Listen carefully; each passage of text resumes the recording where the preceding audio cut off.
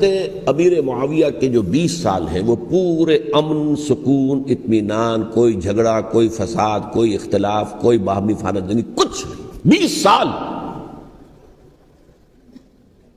یہ بھی تاریخ کی بڑی چشم کشا حقیقت ہے جو عام طور پر لوگوں کے علم میں نہیں ہے۔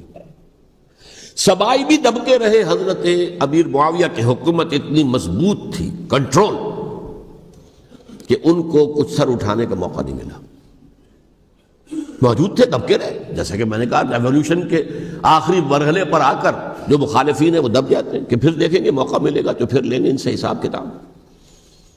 20 سال رہے ہیں پورے امن کے۔ 10 سال کے بعد یعنی درمیان میں ہے حضرت امیر معاویہ کا عہد خلافت۔ ایک صحابی جو کہ بزرگ صحابہ میں سے ہیں، مغیرہ ابن شعبہ رضی اللہ تعالی عنہ، وہ آتے ہیں اور وہ کہتے ہیں کہ دیکھیے امیر المومنین، کتنی بڑی خانہ جنگی رہی تھی مسلمانوں کی آپس میں، اور اب بھی اگر آپ کسی کو نامزد کیے بغیر چھوڑ گئے امت کو تو پھر خانہ جنگی ہو جائے۔ 1 لاکھ اس وقت جو ہے وہ ہلاک ہوئے تھے، نہ معلوم اب کتنے ہلاک۔ لہٰذا آپ اپنی زندگی ہی میں نامزد کر دیجئے کسی کو خلیفہ، ولی عہد بنا دیجئے۔ حضرت امیر معاویہ نے ابتداً جو ہے انکار کیا نہیں، لیکن ان کے دلائل ایسے تھے وزنی، اور میں سمجھتا ہوں کہ وہ بات صحیح تھی جو مغیرہ ابن شعبہ نے کہی، اس لیے کہ اب صحابہ کرام میں سے جو کبار صحابہ تھے وہ تو سب دنیا سے رخصت ہو چکے تھے۔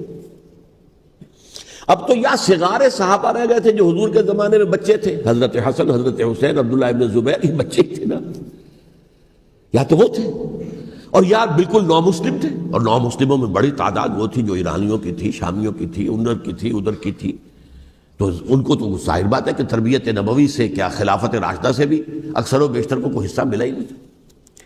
تو اس صورت میں اب وہ اعلیٰ ترین معیار پر حکومت کے نظام کو قائم کرنا ممکن نہیں ہے۔ کوئی قبائلی عصبیت جب تک حکومت کی پشت پر نہیں ہوگی، حکومت مستحکم نہیں ہوگی۔ یہ گویا کہ ایک جس کو کہتے ہیں کہ حقیقت بینی، واقعیت پسندی، ایک آئیڈیلزم ہے اور ایک ریئلزم ہے کہ آپ فیکٹس آن دی گراؤنڈ کو غور کریں، سوچیں اس کے اوپر اور پھر کوئی فیصلہ کریں۔ اس اعتبار سے پھر حضرت امیر معاویہ نے بات مان لی اور بیعت لے لی لوگوں سے حضرت یزید کے لیے کہ یہ خلیفہ ہوں گے میرے بعد، اس کو ولی عہدی کہتے ہیں۔ اچھا، اس وقت 5 افراد ایسے تھے کہ جنہوں نے اس سے اختلاف کیا۔ یہ بات بہت اہم ہے۔ میرا کتابچہ ہے سانحہ کربلا، اس کے کچھ نسخے آج یہاں ہوں گے، آپ لوگ پڑھیے اسے غور سے اور پھیلائیے تاکہ حقیقت سامنے آئے۔ 5 افراد کون تھے جو ہونے چاہیے؟ ابو بکر فوت ہو گئے، ان کے بیٹے عبد الرحمن ابن ابی بکر۔ عمر فوت ہو گئے، ان کے بیٹے عبداللہ ابن عمر۔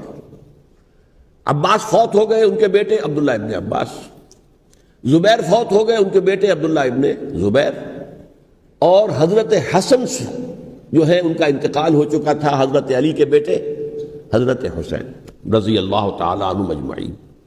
حضرت حسن کے بارے میں ایک فریق کا کہنا یہ ہے کہ انہیں زہر دے کر ہلاک کیا گیا، اہل تشیع کا قول یہ ہے، جبکہ اہل سنت کہتے ہیں کہ نہیں، وہ اپنی جو بھی طبی موت تھی اس سے ان کی وفات۔ لیکن میں اس میں نہیں جانا چاہتا، اس لیے کہ یہ مائکرو ہسٹری جو ہے نا، وہ تو ایک ایک واقعے کے لیے ادھر کی روایات کیا ہیں، ادھر کی کیا ہیں، ان کے پاس کیا دلائل، ان کے پاس یہ تو کسی ریسرچ اسکالر کا موضوع ہے، میرا موضوع نہیں ہے۔ لیکن بہرحال یہ 5 حضرات تھے جنہوں نے ولی عہدی کی بیعت نہیں کی، لیکن حضرت معاویہ اتنے حلیم الطبع انسان تھے، انہوں نے جبر نہیں کیا، کوئی تشدد نہیں کیا۔ ٹھیک ہے، ولی عہدی کی بیعت نہیں کر رہے، کوئی بات نہیں، میری بیعت تو کی ہوئی ہے نا، ابھی تو میں زندہ ہوں، بات ختم ہو گئی، میری بیعت کو تو نہیں توڑا انہوں نے، فسخ بیعت نہیں کی۔ اس اعتبار سے انہوں نے نہ کوئی تشدد کیا، نہ جبر کیا، نہ کوئی مواخذہ کیا۔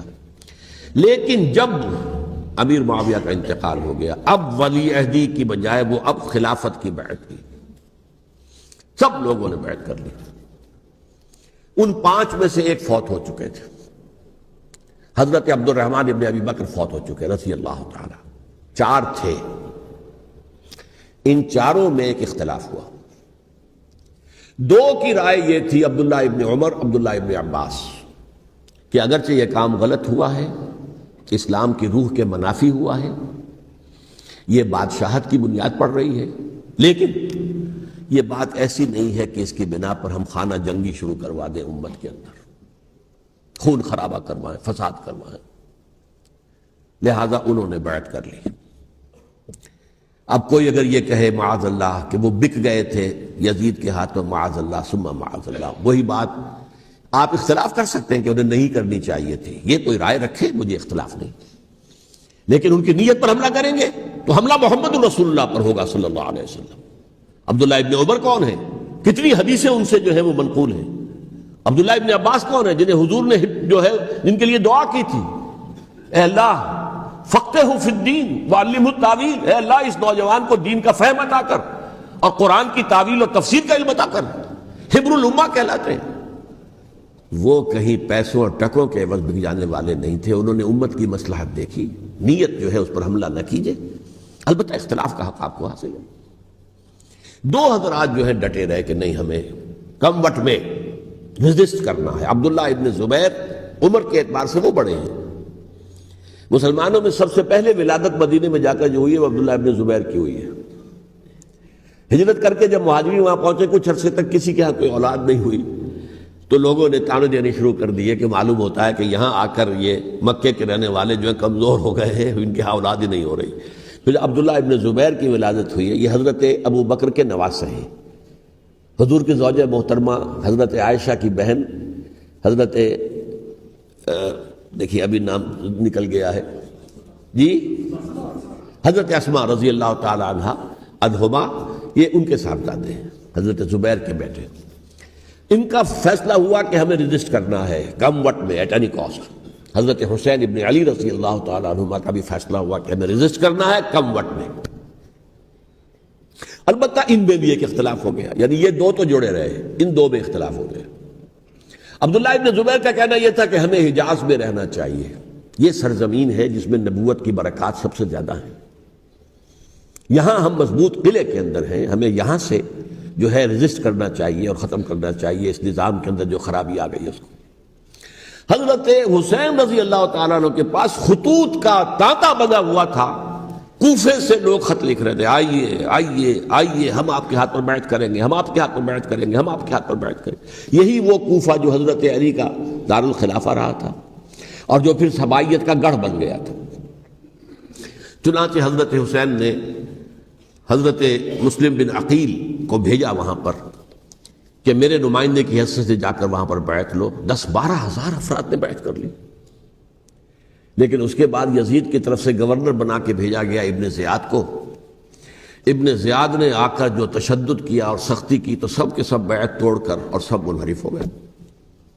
مخلصین تو وہ تھے نہیں، الکوفی لایوفی، کوفی جو ہے وہ تو کوئی وعدہ وفا کرنے والا ہوتا ہی نہیں، بیعت توڑ دی۔ فمن نقص فانما ينقص على نفسه، بیعت کے بعد بیعت توڑ دینا بہت بڑا گناہ ہے، توڑ دی۔ ادھر اطلاع مل گئی حضرت حسین کو، چل چکے تھے، وہ راستے میں تھے کہ وہاں تو مسلم بن عقیل شہید ہو گئے اور سب لوگوں نے بیعت توڑ دی۔